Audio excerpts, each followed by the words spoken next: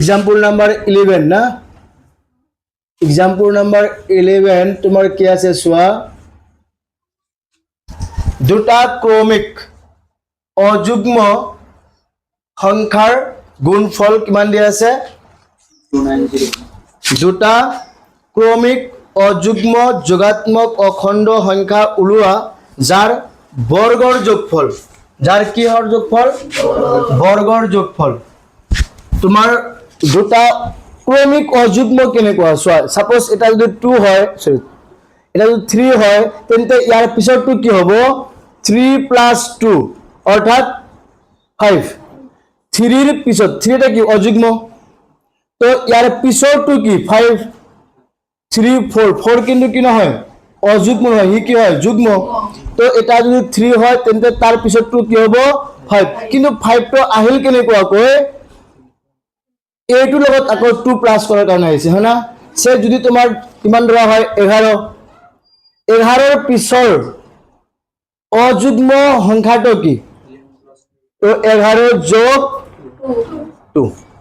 so কিমান হ'ব 13 so 11 ৰ পিছৰটোৱে কি 13 গম পাইছে তো আমি যদি ইয়াতে x বুলি ধৰো প্ৰথমটো কি ধৰিছো x তো সেকেন্ডটো কি হ'ব x + 2 আমাৰ সিৰিয়াল হৈ যাব না এইটো এটা যদি 11 হয় তেন্তে ইয়াৰ পিছৰটো হল 11 যোগ 2 অৰ্থাৎ 13 গম পাইছে নাই তো ঠিক সেই মতে যদি আমি এটাক x ধৰো তেন্তে আনটো কি হ'ব x + 2 গতিকে আমি ধৰিলাম সব কেনেকৈ ধৰিলাম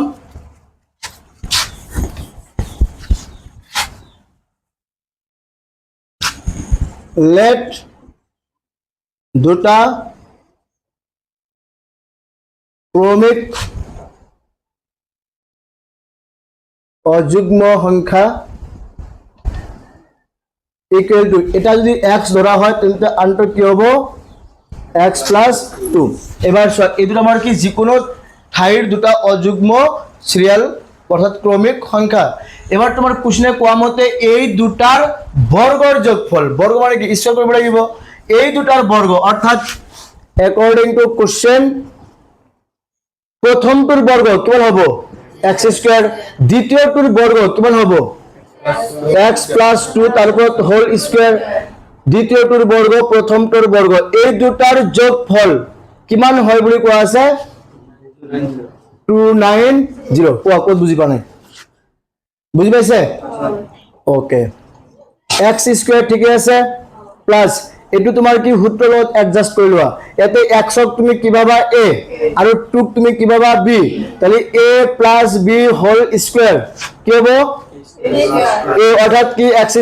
প্লাস সূত্ৰৰ 2 * a a টাইপ কি আছে x * b type 2 plus b² that means equal to 290 implies of x² plus x² কিমান হ'ব twice x² plus 2 * 2 কিমান হ'ব 4x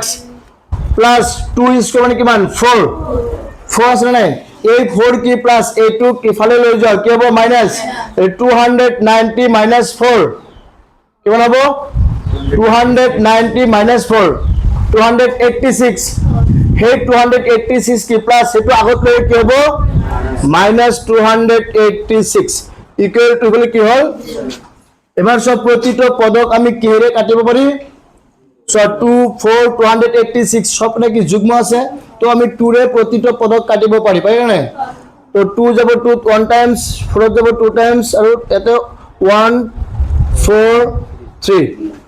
implies of কি হ'ব তেনে এইটো 1x that means x² plus twice x minus 143 equal to 0 এবাৰ তুমি তো সূত্ৰৰ লগত এডজাস্ট কৰি দিয়া কোন সূত্ৰত কৰিবা এইটোৰ সমাধান তোমাৰ তো কোশ্চনত উল্লেখ নাই এবাৰ যে তুমি বৰ্গ সম্পূৰণ পদ্ধতিৰে কৰিব লাগে নাকি তোমাৰ অন্য কোনো ৰুলছত দ্বিঘাত সূত্ৰত কৰিবা নে মধ্যপদ বিভাজন ফৰ্মুলাত কৰিবা তোমাৰ এটো উইশ হা তো ইয়াতে সদ্যত আমি ক'ত কৰি আছো বৰ্গ সম্পূৰণ পদ্ধতি তো মই এটো ফাৰ্স্ট টাইম কি কৰি দিও বৰ্গ সম্পূৰণ পদ্ধতিৰে কৰি দিও তো তোমাৰ কি হ'ব x² এটো মানে কি a তাতে a টাইপ কি আছে বুলি বললাম x তো প্লাস সূত্ৰৰ কি টুৱাইচ এ মানে কিমান x সো এই দুটা আৰু এইটো কি মিলিছে অলৰেডি তো এটা বি টাইপ কি লিখিম 1 সো 1 into 2 2xx তেনেহলে বি টাইপ কি আহিল 1 তো সূত্ৰত কি হ'ব প্লাস 1 স্কয়ার প্লাস কি আহিল 1 স্কয়ার তো এই 1 এটা আছে মাইনাস 143 দু প্লাস কি হল 1 তো এই 1 কি হল বেশি হল তো ইয়াতে আমি আৰু 1 বঢ়াই দিও তো আমি এটা কিমান লিখিব পাৰি -144 ইকুয়াল টু 0 কি বুজি পালা ফাৰ্স্ট টাইম এটা যে 1 যে বেশি সূত্ৰৰ লগত মিলাবৰ কাৰণে এইখিনি ঠিকই আছিল এই সূত্ৰৰ লগত এডজাস্ট কৰিবৰ কাৰণে আমি এই 1 স্কয়াৰ অৰ্থাৎ 1 কি বেশি লিখিছো কি এই 1 কি প্লাস না বাট এই 143 কি মাইনাস আৰু 1 বেশি তাহলে এই 1 এতে সমাই দিয়া একদম ইজি ভাবা -144 প্লাস 1 এব -143 হ'ব না তাহলে এৰে হ'ব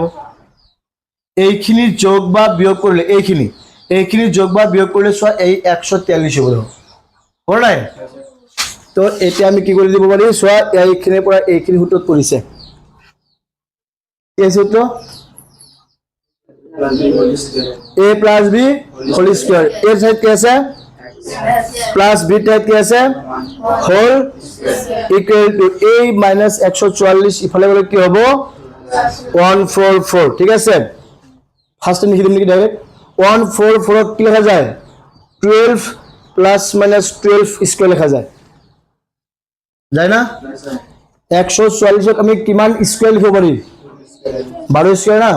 সো এবার a স্কয়ার কি যাব ক্যান্সেল ইনকে মাস্টার নিব লাগে দেই বুঝলা না এবার হয়তো কি রয়ে গেল x প্লাস 1 না a প্লাস 1 তো হলে কি হবে মাইনাস তো আমি কি লিখব পারি -1 প্লাস মাইনাস 12 কি বুঝিবা না এখানে বুঝিবা না therefore x equal to -1 plus 12 comma -1 minus 12 -1 plus 12 কিমান হ'ব 11 কমা এটো কিমান হ'ব -13 এটো কি আছিল দুটা ক্রমিক অযুগ্ম সংখ্যা সো x এর মান যদি তো -13 ধরে এটো গ্রহণযোগ্য হ'ব নেকি সো তোমার কোশ্চেন আছে যোগাত্মক হয় না সো এটো কি নহয় গ্রহণযোগ্য নহয়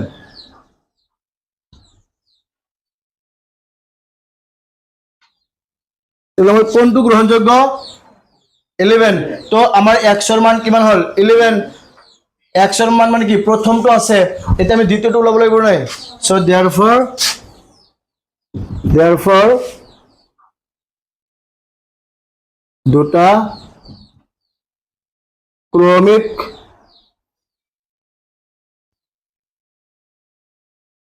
অযুগ্ম